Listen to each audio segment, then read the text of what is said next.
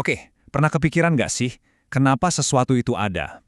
Bukan cuma, kenapa ada pohon atau kenapa ada planet?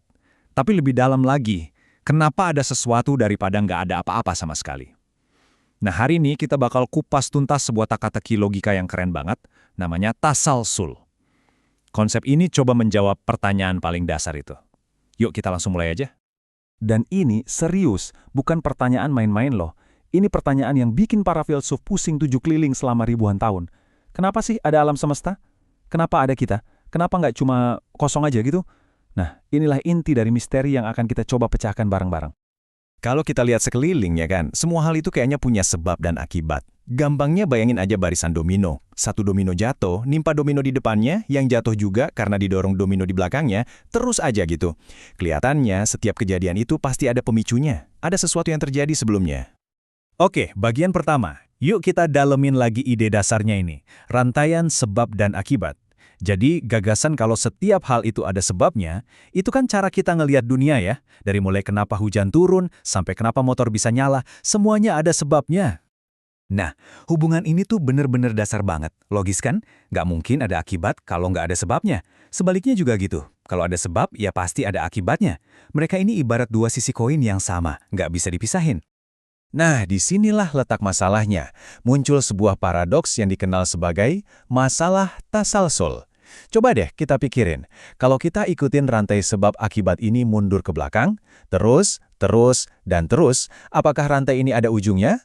Atau jangan-jangan nggak ada habisnya? Konsep inilah yang secara teknis disebut tasalsul. Intinya, ini adalah ide tentang kemunduran tak terbatas. Jadi, sebuah rantai sebab akibat yang kalau kita tarik ke belakang, itu nggak pernah berhenti, nggak pernah ketemu titik mulainya. Gitu terus, tanpa awal. Pertanyaannya jadi krusial banget nih.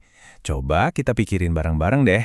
Emang mungkin secara logika ada sebuah rantai kejadian yang sama sekali nggak punya awal? Kalau iya, apa dong artinya?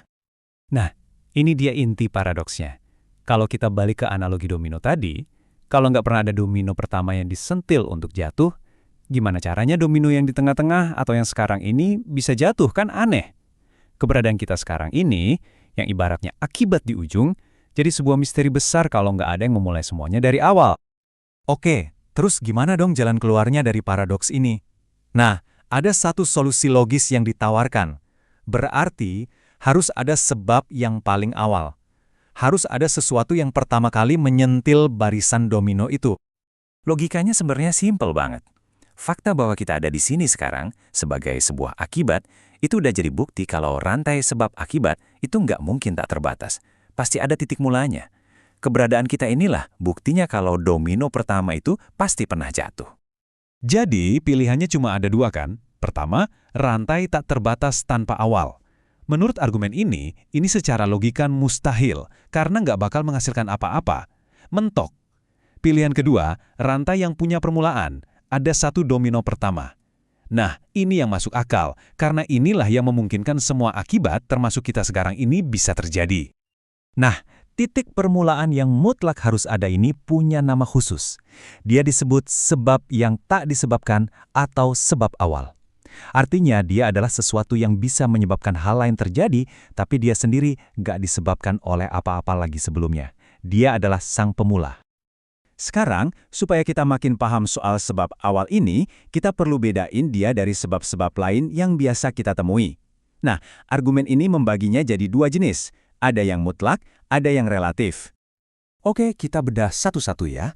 Anggap aja sebab mutlak itu si domino pertama tadi. Dia yang memulai segalanya. Dia nggak didorong sama siapa-siapa. Dia sumbernya. Nah, semua domino lain yang di tengah-tengah barisan itu adalah sebab relatif. Kenapa? Karena mereka jadi sebab buat domino di depannya, tapi sekaligus jadi akibat dari domino di belakangnya. Alam semesta yang kita lihat ini isinya ya sebab-sebab relatif ini semua.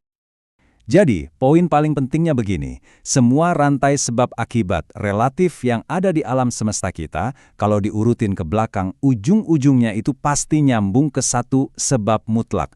Tanpa adanya sumber yang satu ini, yang absolut dan independen, ya nggak akan pernah ada seluruh rantai yang saling bergantung ini. Nggak mungkin. Oke, jadi gambaran besarnya gimana nih? Yuk kita simpulkan, apa sih artinya semua ini buat dasar dari semua keberadaan? Kesimpulannya begini, semua hal yang kita lihat di dunia ini, yang berubah-ubah, yang saling bergantung satu sama lain, itu semua ibarat benang kusut. Tapi kalau kita urai satu persatu ke belakang, semua benang itu akan mengarah ke satu titik, satu jangkar. Sebuah sumber tunggal yang mutlak, yang nggak bergantung pada apapun. Dialah fondasi dari segalanya.